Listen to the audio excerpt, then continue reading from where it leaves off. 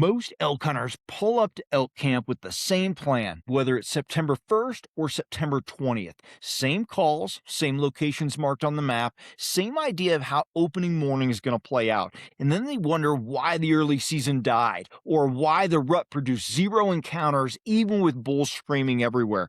The elk in the first week of September and the elk in the third week of September are the same animal in the same country, but they're not playing the same game. And most elk hunters don't realize they need to play a different one too.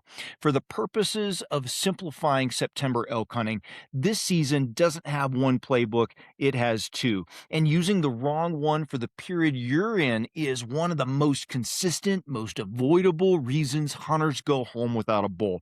Even hunters who called well, worked hard, and put in serious miles. Early season rewards elk hunters who find structure, the transition zones that elk use predictably when their world is still driven by pattern and survival and they haven't been pushed yet. The rut rewards mobility, aggression, and a completely different read on where elk are and why. The tools that make you deadly in one period actively work against you in the other.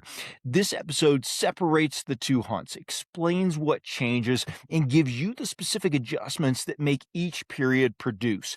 Now, I've spent 34 years hunting and guiding western elk across every phase of the season, early September through late October, even August and November at times. And 30 years as a professional strength conditioning and nutrition coach, working with athletes at every level, including years competing as an elite athlete myself. What I've learned across all those worlds is that the performers who adapt their approach to match the actual conditions in front of them consistently outperform the ones who don't.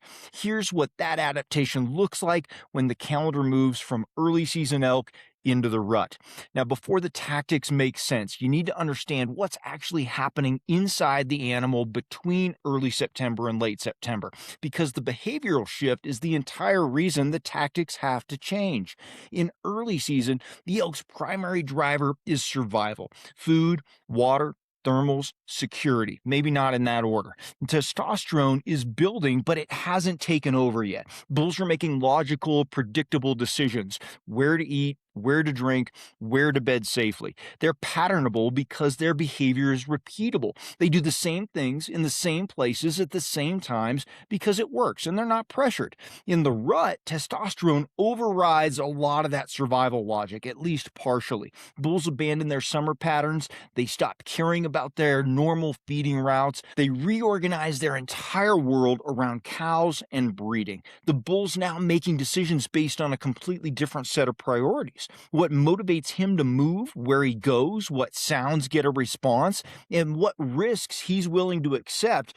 All of it changes. And that's the root of why the two periods demand entirely different hunters. It's not just that bulls are louder in the rut, it's that the animal's decision-making system has changed. And the hunter who doesn't change with it is hunting an elk that no longer exists.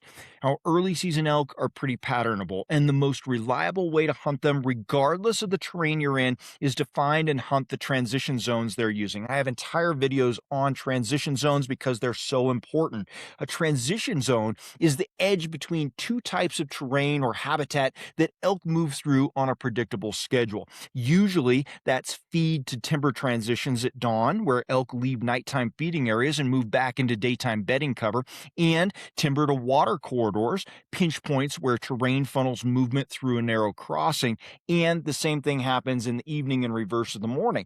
Those transitions exist in every piece of elk country: open basins, dark timber units, canyon country, all of it. That's the one commonality between all country types, right? There is always a transition area. You don't need to be in glassing terrain to find them. You need to read the terrain and the sign. So here's why this matters so much in early season specifically. It's because early season bulls are moving through these transitions on a tight, repeatable schedule because survival instinct is in command. They come off the feed at first light and move towards timber on a predictable route. Typically, they return towards evening on that same route generally. They water at consistent times. They bed in the same areas. Their world has structure, and that structure creates predictable bottlenecks that you can set up on.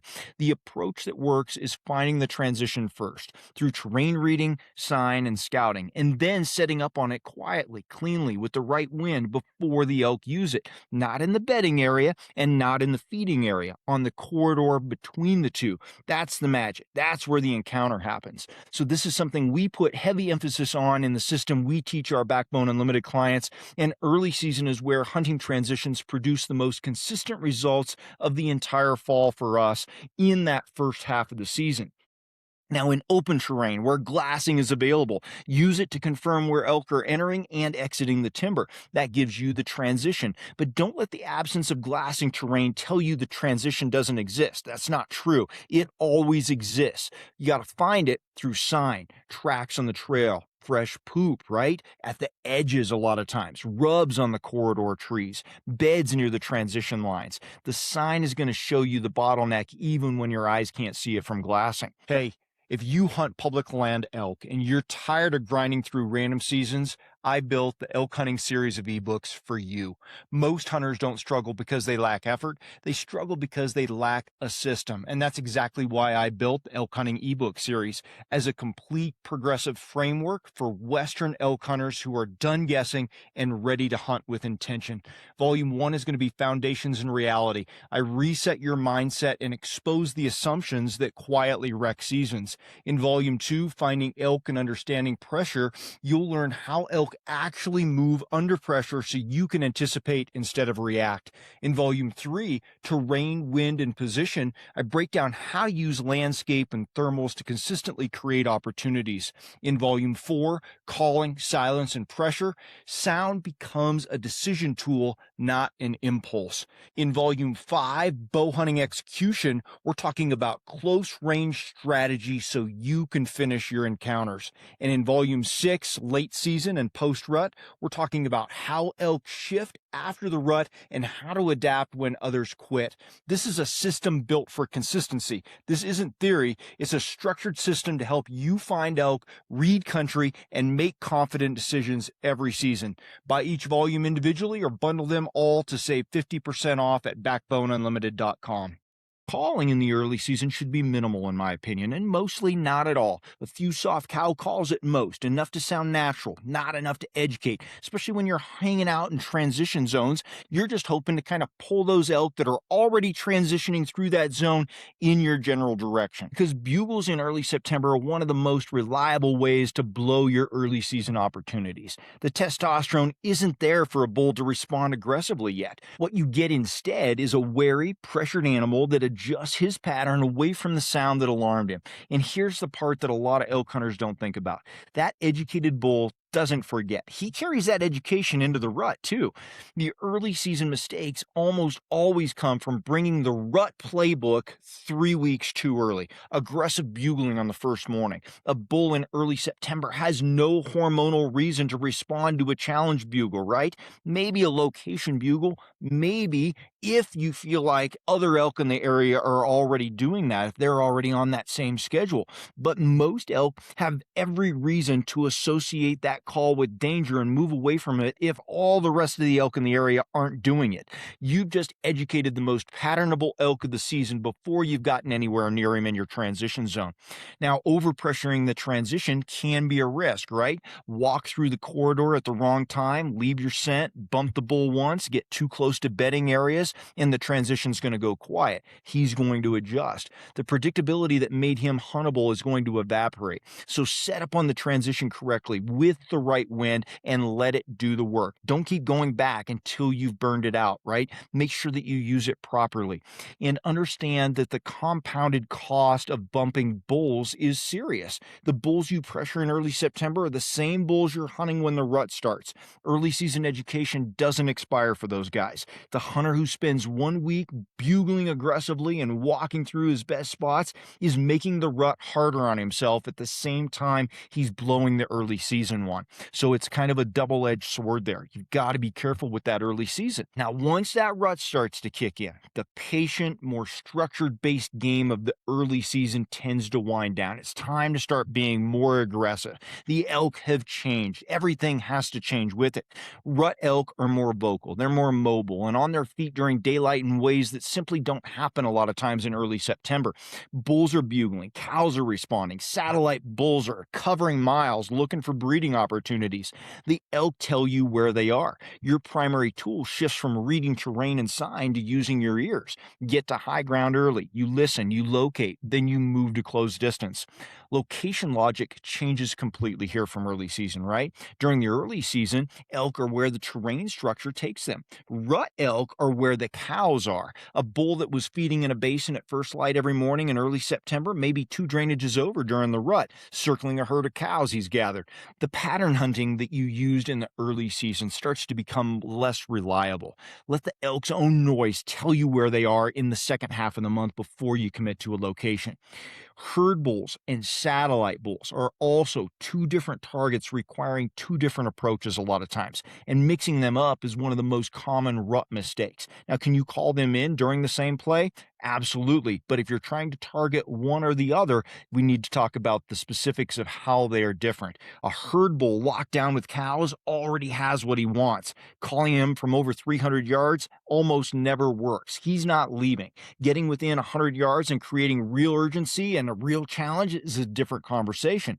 Satellite bulls can be the opposite. They're more mobile, they're frustrated, they can be more highly responsive to cow calls and location bugles. They're looking for an edge. Give them something to commit to, and they're oftentimes going to come in.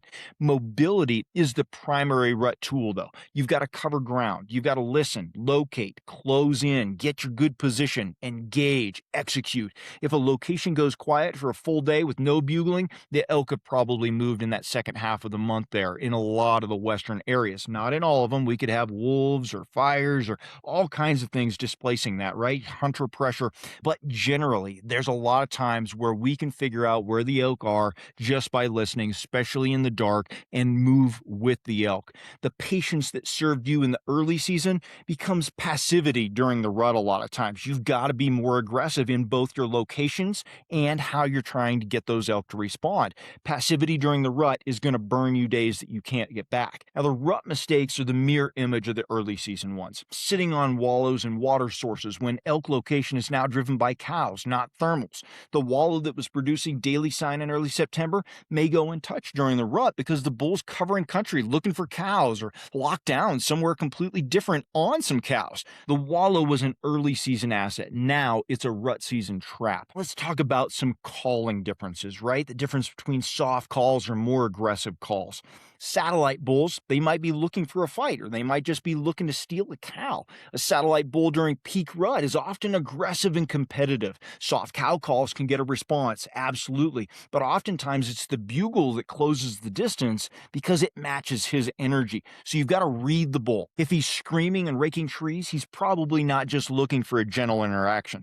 Moving too slowly and glassing too passively when elk are vocal and covering ground fast is another danger here. Early season pace is a rut liability. If you're not hearing bugles from your position within a day, you've probably let the elk move away from you, so you've got to try to relocate them and move with them.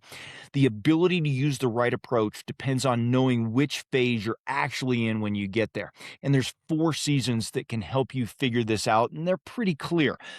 Vocalization. Are bulls bugling on their own without provocation during daylight? Rut is on or coming on fast. Dead quiet at first light with no unprompted bugling, you're still in probably early season mode, or you're just in really pressured mode, or you're dealing with predators. So it's still probably a little bit more reliable to hunt the transition zones and use your calling more strategically. If you've got daylight movement, are you seeing elk moving and feeding after 8 or 9 in the morning? Your rut behavior is probably showing up, right? Because they're out there doing their thing. Or are elk disappearing into timber at first light and staying there until dusk? That's more of an early season pattern. So again, transitions would be more of the play there. Doesn't mean the calls won't work. It just means that setting up there is going to give you more of an advantage. What about cow and bull separation? Are bulls and cows mixed together in the same terrain, moving as groups? The rut's on, baby. Are bulls and cows in separate locations locations using separate country, more of an early season pattern, right? Or a late season pattern. So hunt that herd structure. What about calling response? Does a soft bugle get an immediate aggressive response? The rut energy is present. Does your bugle produce silence or a wary departure? You've got to back off that kind of calling immediately, return to your early season tactics and cow calls. When the signals say rut, flip the playbook completely, flip the switch. Don't ease into it. The hunters who split the difference, right, and they're too timid, calling a little, glassing a little, sort of mobile, end up doing neither very well. So pick the right game for the phase you're in and commit to it. Two different animals in the same mountain, two completely different games, right? Early season elk reward the hunters who find the structure, hunt the transitions, call almost nothing, right? Minimal calling, and protect the patterns they've located. Rut elk reward the hunters who move, listen, read the specific bull in front of them, and match their approach to the actual situation, not the situation they hope to find. Most elk hunters who go home without a bull weren't out hunted. They were playing the wrong game for the phase they were in. Know which hunt you're on when you arrive. Watch the signals that tell you the phase has changed. When it does, switch completely and don't look back. Now, if this episode made you realize you need a better elk plan this season, don't just watch another video and hope it all comes together. Build your plan right now. If you want to study my full system on your own, start with my elk hunting series of ebooks. If you want daily guidance, accountability, and a place to ask questions as season gets closer, join me on Team Backbone. If you want my eyes on your actual hunt plan, your maps, access, terrain, pressure points, wind, thermals, and strategy, book an elk hunt plan audit with me and I'll help you tighten it up before season. If the missing piece is your body, your legs, your lungs, or your ability to handle mountain miles in a heavy pack, check out my Backbone Unlimited training plans. And if nutrition is where you need more structure, getting leaner, fueling longer days, or building a better in-season food plan, check out my nutrition plans. The hunters who are ready in September and October are the ones who start tightening their plan right now. So go to backboneunlimited.com, choose the path that fits where you are right now, and I'll help you get started. Thanks for being here. I appreciate every single one of you. I'll see you in the comments. You know I read and respond to all of them. Until next time, train harder, hunt smarter, and never settle.